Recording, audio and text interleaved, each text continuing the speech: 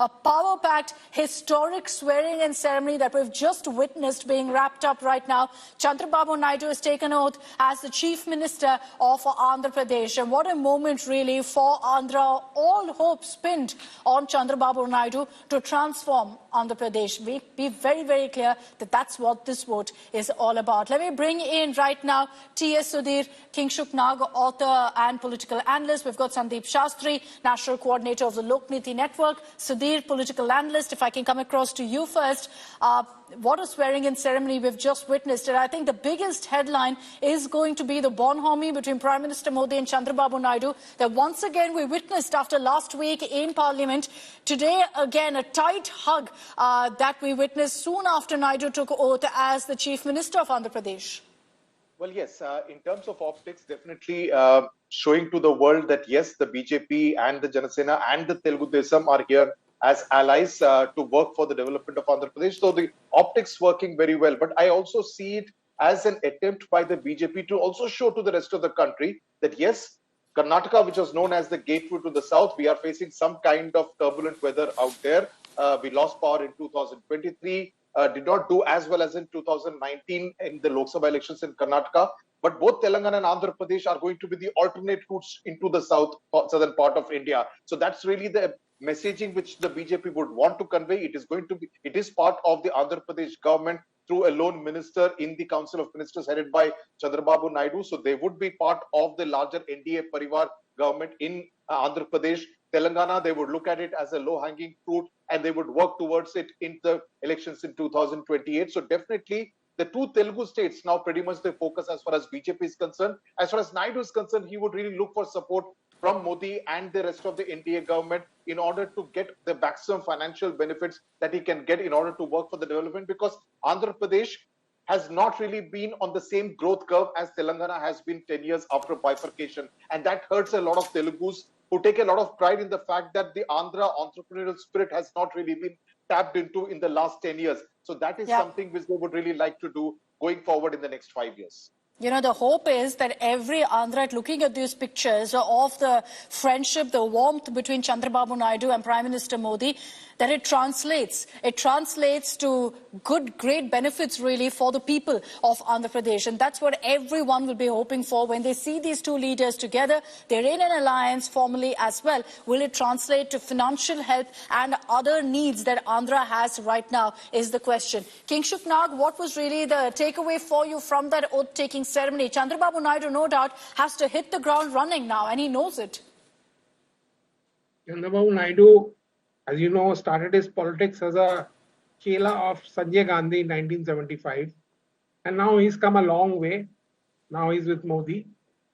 And he also, basically, his agenda is of development. He wants to grow his state very fast. And that is why he has just limited himself to one ministership in Delhi.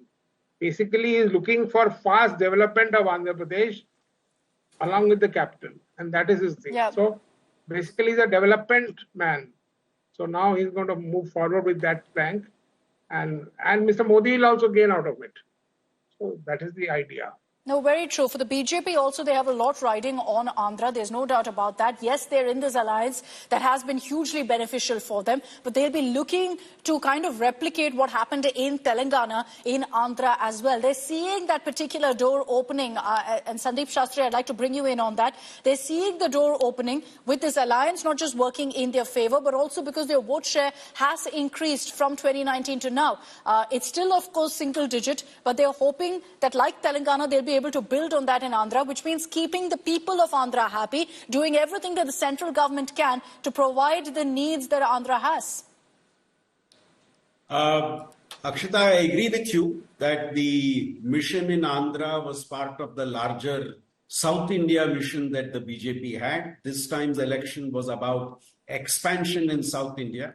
The basic difference between Telangana and Andhra was in Telangana, the BJP was doing it on its own steam, whereas in Andhra, they are part of a coalition, recognizing the fact that the TDP is the major player there and they are a junior partner in the alliance. And if you see the bonhomie that was witnessed in the swearing-in ceremony, Pawan Kalyan, Chandrababu Naidu and Prime Minister Modi, the way the three of them came together, and the bonhomie that you saw, I think, is a typical sign of a new alliance during its honeymoon period doing very, very well. I also will make another point. There is a huge difference from the Chandrababu Naidu who took oath at the age of 45 and the Chandrababu Naidu who took an oath today at the age of 74. 29 years down the line, he has changed a lot. He has matured a lot. He is now a very consummate politician. You also see this time, Akshita, the rise of the next generation. His son has also taken oath as a cabinet minister, and in the photo next to the governor. You could see the pride there, but I just want to focus on that point that you've raised, Sandeep, about a different Naidu taking oath today. Sudhir, do you think so? Do you think that Chandrababu Naidu of before, the CM Naidu of before, and CM Naidu of today will be very, very different? Because when he came up to that stage to take oath, he was giving competition to Pawan Kalyan. He was roaring and ready to go with all of that energy and zeal. Absolutely, and that's something which we saw even during the election campaign. I do certainly believe that the Naidu of 24 is not the Naidu of 1995 or the Naidu of 2014 either, because now he's a little, I personally see Naidu being very invested in the idea of leaving behind a legacy. And his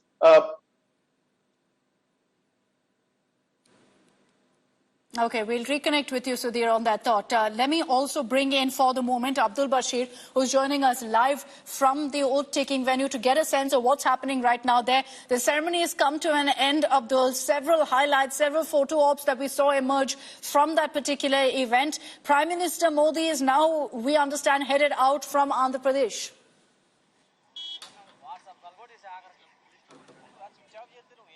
Well, yes, the grand ceremony that every person in the country, especially Andhra Pradesh, was waiting has almost come to an end after Nara Chandrababu Naidu taking oath as a chief minister for the second time of the new state. I mean, the Andhra Pradesh after it was divided from Telangana. And apart from that, what we see that Pawan Kalyan, Nara, Lokesh, every 24 member of the TDP, JSP and the BJP alliance have also sworn in for the cabinet of Nara Chandrababu Naidu. So here this comes to an end wherein Nara Chandrababu Naidu is also set to now head to Darshan, Tirumala Darshan, and PM Modi is set to leave the state in a short while from now from Gannavaram airport. So the scenario that you see right behind me, you have many TDP cadres here who are right now happy. Just confirm one thing for me. Abdul, just confirm one thing for me. After Chandrababu Naidu took oath, we saw Pawan Kalyan taking oath. Portfolio is not out yet, but is it a given that Pawan Kalyan is the Deputy Chief Minister? Yes, absolutely. Pawan Kalyan is set to be sworn in as Deputy Chief Minister, and after Nara Chandrababu Naidu, immediately he had sworn in second as a Deputy Chief Minister of for the state of Andhra Pradesh. We have seen earlier in the Jagan cabinet there were 5 deputies, but this time we see in the Nara Chandrababu Naidu cabinet there is only one deputy, that is Pawan Kalyan from the Jana Sena Party. Okay, we will of course track the details that emerge of the portfolios. Abdul getting us those updates. Thanks very much, Abdul, for joining us from the ground with all of the details of what's really playing out there. So the ceremony has come to an end. Some of those highlights are on your screen. Sudhir, if you're back with us, apologies for earlier we lost you, but we were talking about really the difference between the Chandrababu Naidu of earlier versus now, even at 2014 versus 2024. My sense, at least when I interacted with him, was that he was extremely overwhelmed. And correct me if I'm wrong, but I sensed that he was overwhelmed with this mandate.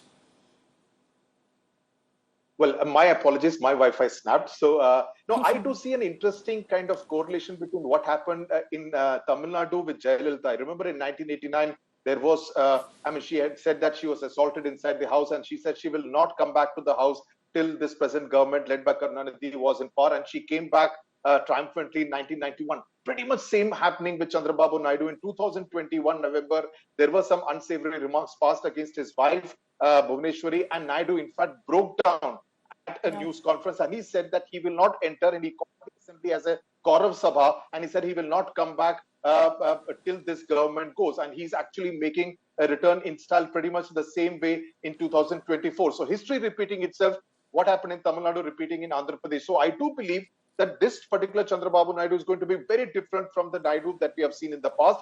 Yes, he's going to have the same kind of a development focus, but I do believe that he's very focused and very intent on leaving behind a legacy, that people should remember him as a person focused on legacy, on development with a bit of the welfare agenda, which is why you see Navratnalu, which was followed by the YSRCP government, it morphing into a Super 6 guarantees by the TDP. A few of them are in common, but definitely Naidu wanting to ensure that it does not give up on the welfare schemes, but at the same time ensuring that there is going to be infrastructure development, there are going to be jobs, there are going to be employment, there are going to be more industries coming in, wooing of the investors is going to take in a large way, pretty much Naidu's marketing style. So you are going to see a lot of that in the next 5 years going ahead.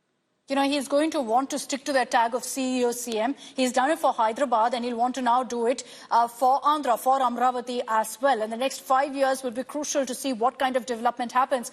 Another big change that I see, Sandeep, is in how Chandrababu Naidu has also chosen his cabinet. You know, he was criticized quite a bit during his 2014 tenure, saying that, you know, he was a chief minister that was representing only one community, representing only the Kammas. This time around, it seems like he's learned a few lessons from that. The mandate was very clear. It wasn't just from one community. You had the mandate from different communities, from different caste groups, from different regions. And it seems that he's trying to ensure that that's what the cabinet also reflects. Was this question to me, Akshita? Yes, Sandeep. Yeah, I think there has been a much more effective balancing act being done this time. The charge which was earlier there that it was a Kamma-dominated party, they have tried to underplay that and give a representation to various groups. We also must remember that this is done in a way also to challenge their principal opponent, the YSR Congress. Now, I think in the cabinet formation, what you notice is social groups which were generally associated with the YSR Congress and the vote share of which groups have gone largely to the YSR Congress, those groups have been also very, very effectively represented in the cabinet, so that that impression is at least built up that the TDP ministry is a ministry which mirrors the larger social coalition that you see in Andhra Pradesh.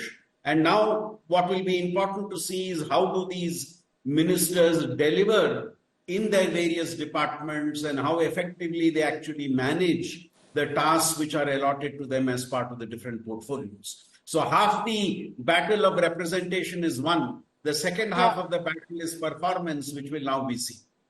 And let's just bring it back to really what we saw at the swearing-in ceremony.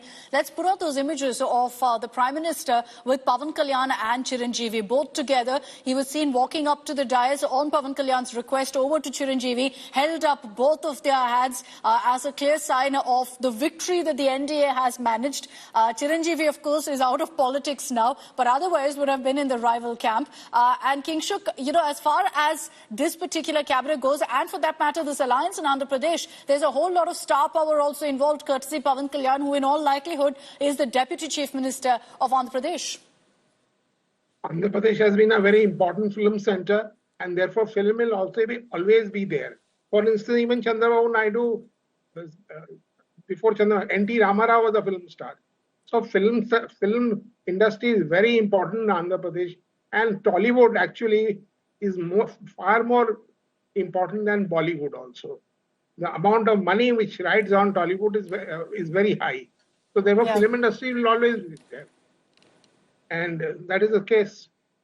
No, very true. And, if you look at the invite list, Allu Arjun, Junior NTR Sudhir didn't attend, which is something that I remember last evening both of us discussed and said that, look, it's unlikely that Allu Arjun or Junior NTR will be there because of the kind of political messaging it sends across. But for really the Konidala family, this is a huge deal that you've got Pawan Kalyan, who's managed to have a successful career in politics, at least so far, is set to be the Deputy Chief Minister now. And you see that particular importance being given. Chiranjeevi on stage, hugging his brother, Pawan Kalyan touching his feet immediately after, Chiranjeevi pinching Pawan Kalyan's cheek in the presence of Prime Minister Modi. Great pictures, great images, but once again reiterates how Andhra politics and films is so glued together. Well, there was an over 3-minute video which was released by the Jana Sena handle a few days ago of Pawan Kalyan going to meet Chiranjeevi at his home in Hyderabad. And it was a pretty emotional and a pretty well-made video that kind of also showed the kind of relationship that younger brother Pawan Kalyan has with Chiranjeevi and also the other brother Nagababu, who incidentally, I must point out, played a very important role in this particular election campaign. Nagababu was the one who was holding fort in Pittapuram because it was very important for Pawan Kalyan to win Pittapuram after the twin disasters he had in 2019. So he could not really afford a third defeat. So it was Nagababu who was holding fort in Pittapuram, ensuring that Pawan Kalyan wins from that particular assembly constituency in East Godavari district near Kakinada. So this particular coming of age of the Konidela family as far as politics is concerned, Chiranjeevi was supposed to be the leader, but Chiranjeevi did not taste the kind of success, though he went on to become the Union Tourism Minister and slowly faded away from politics and is now happy being a megastar all over again in Telugu cinema. But it is Pawan Kalyan now who is now fully the political power star in the real sense of the word as far as the family is concerned.